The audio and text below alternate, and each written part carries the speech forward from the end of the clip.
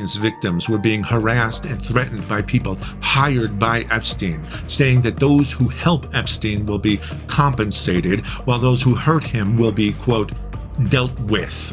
Now, despite that, no witness tampering charges were filed. Why? Detective Joe Recarey himself died prematurely at the age of 50, the only detail being that it was a sudden illness. Unfortunately, Virginia Giuffre, the victim Epstein recruited from Mar-a-Lago, allegedly killed herself. Now, her father strongly rejected that claim. She made a tweet on December 10th, 2019, that said many evil people wanted to see her quieted and that she was not suicidal. Well, that was 4 years before she actually died, so maybe she changed her mind.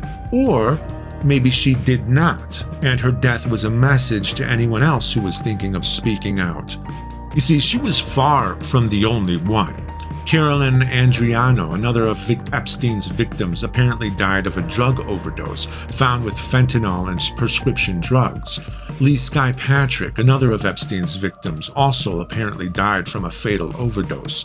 Russian model Ruslana Korshinova was on the Lolita Express flight log in Epstein's Island in June of 2006 when she was 18 years old. She fell to her death from her 9th floor balcony of her New York apartment in 2008. None of her family or friends believed that she would kill herself. Now, the man you see here being hugged by the director of the Melania movie is Jean-Luc Bernal, accused of trafficking girls to Epstein, especially Russian girls. Apparently, he hanged himself in prison.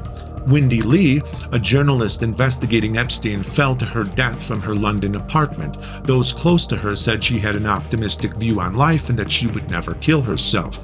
Film producer, investor, and philanthropist Steve Bing had a brief relationship with Epstein. He was also a close friend of Bill Clinton's. Steve Bing's girlfriend, actress Alexanne Mitchum, encouraged him to speak out regarding what he knew about Epstein, according to Carrie Mitchum, her aunt. Shortly thereafter, however, Alexanne died when she took a Xanax pill that was laced with fentanyl. Steve Bing insisted that she was murdered. After talking to the FBI about Epstein, Steve Bing himself fell from his 27th floor apartment to his death. Now, remember that cellmate of Epstein's, Efrain Reyes, who was transferred out the day before Epstein's death?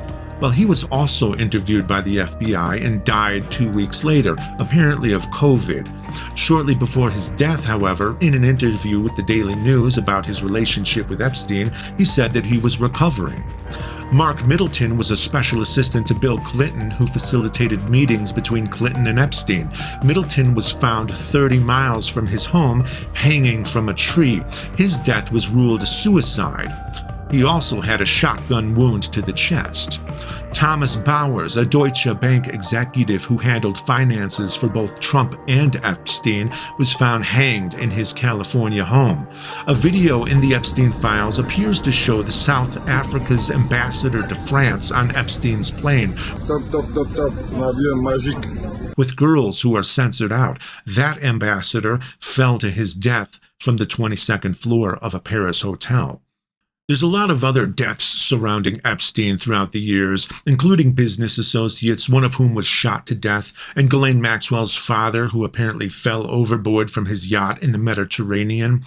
According to Epstein, in a private email, he was killed by Mossad.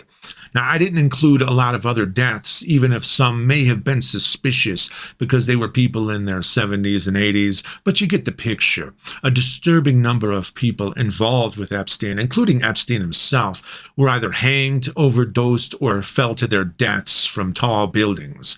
Do you find any of that even a little bit suspicious?